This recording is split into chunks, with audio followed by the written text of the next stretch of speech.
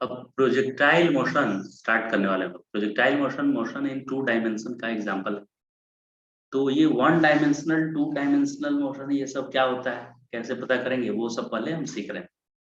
तो 1 dimensional motion में होता है कि जब कोई पार्टिकल मूव कर रहा है और उसके पाथ के हर एक पॉइंट को रिप्रेजेंट करने के लिए जब मेरे पास एक ही एक्सिस है, एक ही एक्सिस सफिशिएंट है हर एक पॉइंट को रिप्रेजेंट करने के लिए, तो हम उसके मोशन को 1 डायमेंशनल मोशन बोलेंगे। जैसे यहाँ पे कुछ हम एग्जांपल लेते हैं 1 डायमेंशनल मोशन और 2 डायमेंशनल मोशन का। जैसे ये ऐसे हो गया, क्यूब हो गया क्यूब, और इस क्यूब के यहाँ यहाँ से एक पॉइंट से लेकर और दूसरा पॉइंट, ये बॉडी डायगोनल मतलब पूरा अंदर अंदर यहाँ पे आया है, भीतर भीतर। यहाँ पे कोई चलकर चल जा रहा है, कोई पर्सन ऐसे खड़ा है यहाँ और ऐसे चलकर यहाँ पे जा रहा है। तो इसको ये 1 डायमेंशनल मोशन कर रहा है कि 2 की 3। तो ऐसे पहली बार देखने में तो लगता है कि ये तो 3D है, ये 3D है, लेकिन गलत बात है। ये 3 डायमेंशनल मोशन का एग्जाम्पल नहीं है, गलत है। ये फिगर 3 डायमेंशनल है, लेकिन ये 1 डायमेंशनल मूव कर रहा है मैन, क्योंकि मैन जिस रास्ते पे चल रहा है इसी रास्ते को मैं एक्स एक्सिस मान लूंगा।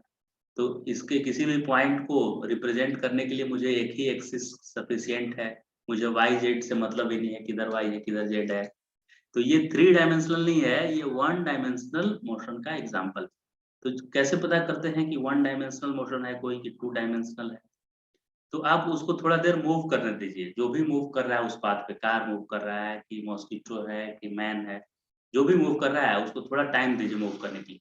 और देखिए कि वो जो उसका पाथ है, उस पाथ में हर एक पॉइंट के कोऑर्डिनेट को बताने के लिए मुझे एक ही एक्सिस चल जाएगा। जिधर जाएगा उधर ही एक्स मान लेना है, जिधर जाएगा उधर ही एक्स मान लेंगे। तो एक ही एक्सिस सफिशिएंट है क्या, कि कोई और एक्सिस की रिक्वायरमेंट है?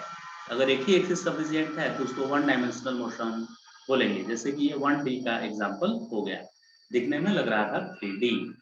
और भी कुछ देखते हैं 1D और 2D। अब 2D का एक्चुअली देखते हैं।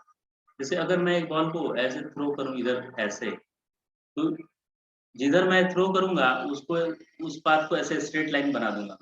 लेकिन क्या ये इधर थ्रो करने से जाएगा क्या, उधर नहीं जाता है, ये ऐसे घूम के आने लगता है। तो इस पे ये वाला पॉइंट तो एक ही एक्सिस से रिप्रेजेंट कर लेंगे, इसको एक्स मान लेंगे। लेकिन ये बाद में इधर घूम कर आ गया है, उस एक्सिस से इसकी अलग डिस्टेंस है, राइट? तो ये सिर्फ एक्स की तरफ ही नहीं गया है, उसके परपेंडिकुलर भी मूवमेंट कर लिया है। यानी कि मुझे कम से कम 2 एक्सिस मानना पड़ेगा, इधर कोई और एक्सिस मानना पड़ेगा, तब इसके लोकेशन को इंडिकेट कर पाएंगे। इसके लोकेशन को बताने के लिए मुझे यहाँ 2 कोऑर्डिनेट की जरूरत पड़ेगी, कि ये इधर कितना गया और थोड़ा इधर कितना मूव किया। तो किसी पार्टिकल के मोशन में उसके पोजीशन को लोकेट करने के लिए जब 2 कोऑर्डिनेट की रिक्वायरमेंट पड़ती है तो उसको 2 डायमेंशनल मोशन कहते हैं।